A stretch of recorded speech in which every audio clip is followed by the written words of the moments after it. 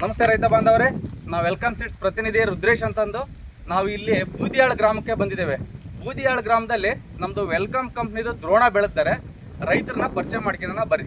ಅಣ್ಣ ನಮಸ್ಕಾರ. ಅಣ್ಣ ನಿಮ್ಮ ಹೆಸರು? ಚನ್ನಬಸಪ್ಪ ಅಂತೇಳಿ. ಚನ್ನಬಸಪ್ಪ. ಊರು? ಬೂದಿಯಾಳು. ನಿಮ್ಮದು ಹರಪನಹಳ್ಳಿ ತಾಲೂಕು, ವಿಜಯನಗರ ಡಿಸ್ಟಿಕ್.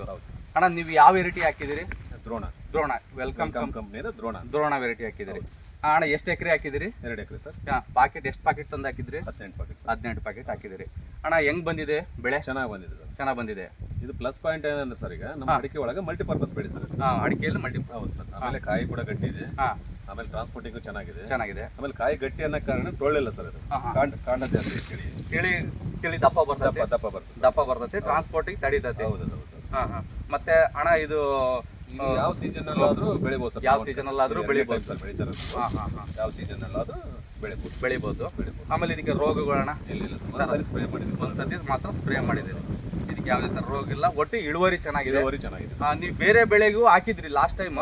ಆ ಬೆಳೆಗೂ ಈ ಬೆಳೆಗೂ ಕನ್ಫರ್ಮ್ ಇದು ಮಾಡಿದ್ರೆ ನೀವು ಯಾವ ಬೆಳೆ ಚೆನ್ನಾಗಿ ಬಂದಿದೆ? ದ್ರೋಣ ಚೆನ್ನಾಗಿ. ಇದು ದ್ರೋಣ ಬೆಳೆ ಚೆನ್ನಾಗಿ ಬಂದಿದೆ.